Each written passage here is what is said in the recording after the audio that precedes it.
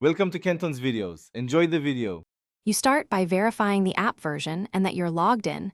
This avoids permission issues. Next, open the conversation list and find the thread you intend to pick so you don't waste time. Tap and hold the thread preview until the picker controls appear.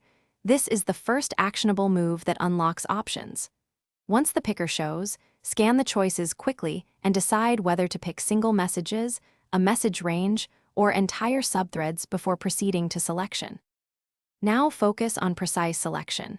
Toggle range mode to grab continuous messages or activate multi-select to pick non-consecutive items. You'll want to preview the selected items to confirm context and avoid picking duplicates. This saves correction later. Make fine adjustments by dragging selection handles, checking boxes next to messages, or using timestamps to include or exclude specific entries. Once the set looks right, tap Confirm or Add to Draft so the picker stores your choice for the next action. Finish by choosing how to use the picked thread. Forward to contacts, save to drafts, copy text, or share externally.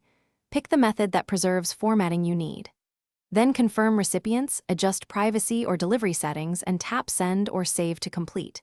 If items are missing or the picker freezes, refresh the conversation, reopen the picker, or clear app cache and try again.